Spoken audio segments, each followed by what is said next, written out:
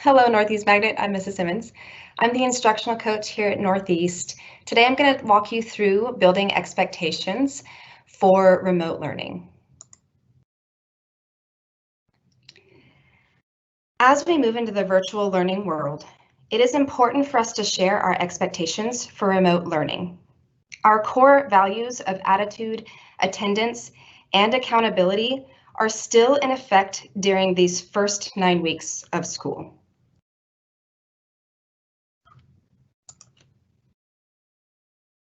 The purpose of this document and the guidelines tied to it is to create a digital learning space that is safe for all students and gives them the access and ability to learn. Additionally, virtual learning inherently needs students to be accountable for their learning and respectful of their learning community, including their teachers and their peers. Finally, the purpose of this is to outline what is and is not acceptable with district devices and with video meetings. Student privacy is of the utmost importance to us as a district and a staff. As such, it should be very important to you as students. Some key best practices for your privacy are to never give out your password to another student or a staff member, although you may give it to your parent if they ask. Also, never give out your personal information, such as your full name, your birthday, your address, phone number, or location. Next, please do not use your district email account to sign up for personal things. Think gaming, maybe a Nintendo account, or newsletters from a clothing company. Please use your personal email address for things like that. You may, however, use your school email address for academic endeavors, such as applying to a college or signing up for an application that your teacher would like to use, such as Flipgrid. Finally, do not share or send revealing or inappropriate photos, videos, and/or messages. Any pictures or images used for a profile picture in Teams must be appropriate for school. Again, these are best practices to protect your privacy both now and later in your life. When you picked up your computer last week or this week, your parent had to sign an acceptable use contract for the district computer. This states that you will follow the appropriate use standards outlined by district policy. If you would like to look over both the contract and the detailed district policy, I have linked them on this slide. Some key concepts to understand about this contract, though, includes what is on the right. Use your district computer for district use, so please remain on appropriate teacher-directed sites. Additionally, please do not post or like mean or hateful content. This falls into our anti-bullying policies. And keep in mind that everything you post is monitored by the district. Also, if you are cyberbullied or you see it happen, please report this by bringing it to the attention of your teacher, an administrator, or a trusted adult. You also could use Speak Up, the anonymous reporting form. This can be found on the NEM website. As a reminder, violations of district and building policy regarding your technology will result in disciplinary action, which will vary by the degree of the infraction. One of the most important elements for success this year will be communication between you and your teachers. Because we cannot walk around and talk to you face to face, we ask that you over-communicate. Anytime that you have a question, please reach out even during class. When teachers ask you to do a poll to see how well you are grasping a concept, participate so that they can help you when needed. In order for you to have an idea of what kind of communication you can do, there is email, video call chat, and the actual video call itself. Email should be used on off hours and when we are not in class. Please keep in mind that email is more formal, like a letter, and less conversational. Additionally, because this is outside of the school day, please know that your teacher may not get back to you until the next day. However, that does mean that you've taken the first step towards getting the help that you need. During a video meeting, Your teacher may enable the chat feature.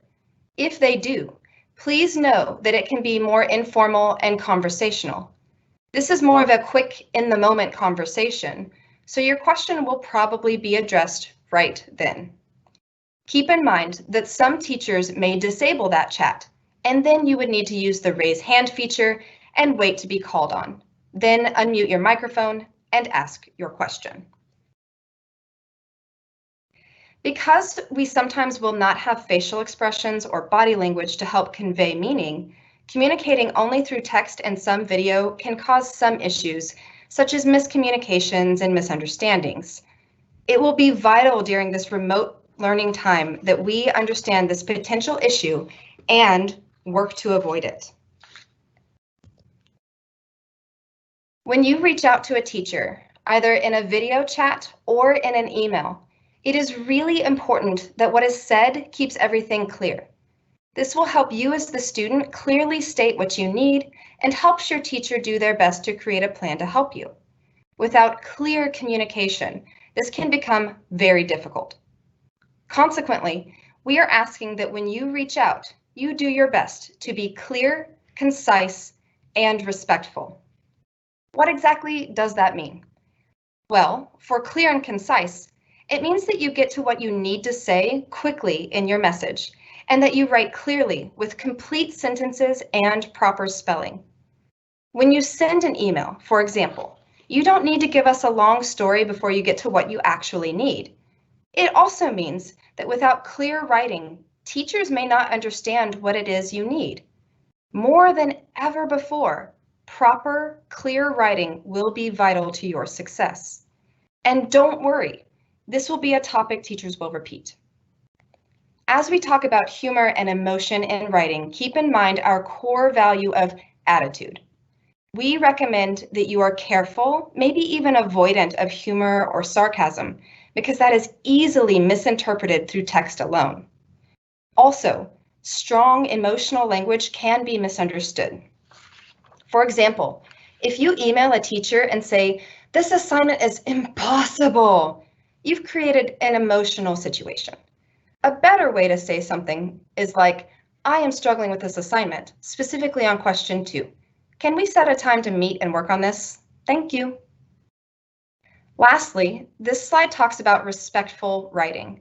First, and everybody should know this, all caps writing is essentially yelling. We definitely want to avoid that. In the same way that yelling at your teacher or a peer in class is not acceptable, this would not be a good way of talking to your peers or your teachers via email or chat. When you are feeling especially frustrated or upset, we recommend that you not send anything right at that moment. Instead, wait until you've calmed down a little and then send communication. Also, try your best to assume that we are all doing the best that we can, both your teachers and your peers, that we are trying to help you, not hinder you. If you presume positively, it makes life a little easier. Finally, please keep in mind that your words carry weight. They affect others, and we want to share positivity in this world, not negativity. As we've been troubleshooting some issues the last 2 days within Teams, we have a few quick technical reminders. First, when you log into your computer, the Teams application should open up automatically. This is the version of Teams that you need to use rather than the browser version. The browser version is fine as a backup, but the application has better functionality. If the Teams app doesn't open automatically, you probably need to do updates for your computer and restart. Second, you must log into and access Teams and Teams meetings with only your district account. This means that teachers will no longer admit outside accounts to their meetings. And third, if you've been struggling with your microphone or with speakers, the next time you are in a regular meeting, check your device settings by clicking on the ellipses up by the mute feature, choose device settings, and go to audio devices and check that it is appropriately connected to the computer microphone and speakers. The way that we see each other every day is through our video calls. We are asking that all students have their videos on throughout their classes, unless a teacher explicitly tells them they can turn it off. Additionally, there are some expectations around these video calls that all teachers will have. First, try to join a little early and wait in the lobby until the teacher admits you. Also, keep your audio muted until your teacher asks you to unmute or you would like to add to the conversation or ask a question. Next, when your video is on, blur the background or add a fun, appropriate background. Also, do not record the class on your phone, either your teacher or your peers, and post it on social media. This is a privacy violation. And lastly, if your teacher has enabled the chat during video calls, keep your comments on task and about the lesson. Ask questions, answer your peers' questions, and clarify. It is not the time to have side conversations, because then you are not paying attention to the teacher's instructions, very much like having side conversations in a physical classroom. Quite simply, it's distracting. It is vital that you become an active participant in your learning. Thus, your success depends on your ability to manage your space and work ethic. We just spoke about how attitude is important when it comes to communicating with our teachers and peers. So tied to our core values, our 5 basic expectations for owning your learning are to log in on time or a little early, which ties to attendance. And the last 4 here tie to accountability. So first there, be appropriately clothed. A shirt and pants, please, without being overly revealing and without inappropriate logos or wording. Have your device fully charged and or plugged in. Keep your device on a stable surface so it won't fall over accidentally. And be prepared to take notes, either handwritten or typed, saved to your OneDrive. As I've now said a few times, keeping yourself on track is vital to your success. However, you can take breaks as needed as long as this isn't abused. Please keep in mind that you do have 5-minute passing periods between each class, so we highly encourage you to take advantage of that time to do most of your breaks. During class, though, there are some ways you can do quick breaks, maybe 1 minute or so, that will help you refocus. You can stand or stretch quickly, then get back to work. You could grab a snack and get some water, but this is a big reminder, do not eat or drink right next to or over your computer. Now, we realize that your phone is next to you. It probably is right now. So let's talk about this. We understand that rules and expectations have changed because you are at home. However, it is still important that you are listening to your teachers and responding when they ask for you, either in a verbal response or quick poll. Consequently, it is really important that you make good choices with your phone and with headphones and music.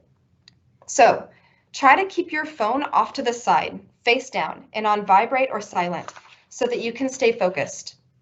Also, if it is work time during a class, you can listen to music. However, it will be very important that you only have 1 earbud in and the volume remains low. You must be able to hear your teacher if they call on you to answer a question or conference with them. It's really as simple as this. If it isn't hurting you, just do what the teacher asks you to do. We truly have your best interests at heart. Northeast staff is full of adults who care about you and who are committed to your success despite the challenges of remote learning. Also, Northeast students have built a tradition of academic achievement by working harder and smarter, and we expect nothing less from you even during remote learning. So please follow these basic expectations of responsible phone usage. As a final note, I just want to reiterate how important it is that you take responsibility for your work and learning. We, your teachers, are here for you as we've always been. It just looks a little different when you reach out to get the help that you need now. As we conclude, I just want to let you know that after I end my video, you can click leave Then you are released until your 7th hour. Please note, though, that after today, if a live event ends early, you will go back to your advocacy meeting for the remainder of class. However, today, take a break, go stretch, and be sure to join your 7th hour a little before 1:22 this afternoon. I wish you the best of luck during these 9 weeks.